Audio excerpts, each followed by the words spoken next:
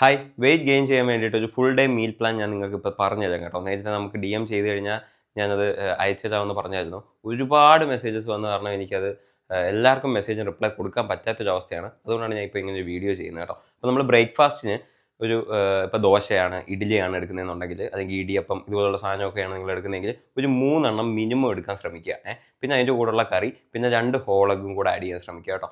പുട്ടാണെങ്കിൽ ഒരു കുറ്റി പുട്ട് മിനിമം എടുക്കാൻ ശ്രമിക്കുക.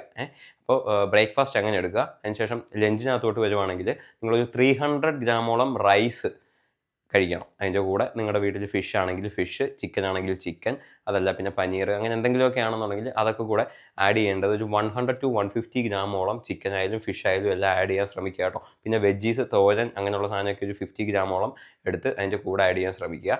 ഓക്കെ, പിന്നെ ഗ്രേവി ഒരുപാട് കഴിക്കണമെന്ന് ഞാൻ പറയുന്നില്ല, പീസസ് കൂടുതലായിട്ട് കഴിക്കാൻ ശ്രമിക്കുക. ഇനി നമ്മൾ മിഡ് സ്നാക്കിനകത്തോട്ട് വരുമ്പോൾ, മിഡ് സ്നാക്ക് നമുക്ക് 2 ബ്രെഡ്, വീറ്റ് ബ്രെഡൊക്കെ എടുത്തിട്ട് അതിൻ്റെ കൂടെ പീനട്ട് ബട്ടർ യൂസ് ചെയ്യുവാണെങ്കിൽ അടിപൊളിയായിരിക്കും. പിന്നെ അതേപോലെ തന്നെ നിങ്ങൾക്ക് വൈറ്റ് കടല ഉണ്ടല്ലോ, വെള്ളക്കടല വേവിച്ചിട്ട് അതിനകത്ത് കുറച്ച് സവാളയൊക്കെ അരിഞ്ഞിട്ട് ഉപ്പും ഇത്തിരി പെപ്പറും ഒക്കെ കൂടി ഇട്ട് നല്ല രീതിയിൽ ബോയിൽ ചെയ്ത് അത് കഴിക്കുന്നത് അടിപൊളിയായിരിക്കും. ഒരു 200 ഗ്രാം വൈറ്റ് കടല നിങ്ങൾ വീക്കിലി 3 ടൈംസ് കഴിച്ച് നോക്ക്, നല്ല റിസൾട്ട്സ് എന്തായാലും ഉണ്ടാവും കേട്ടോ. പിന്നെ നമ്മൾ ഡിന്നറിനകത്തോട്ട് വരുമ്പം റൈസ് ഉപയോഗിക്കാത്തവരാണെന്നുണ്ടെങ്കിൽ നിങ്ങളൊരു 3 ചപ്പാത്തി മിനിമം കഴിക്കാൻ ശ്രമിക്കുക.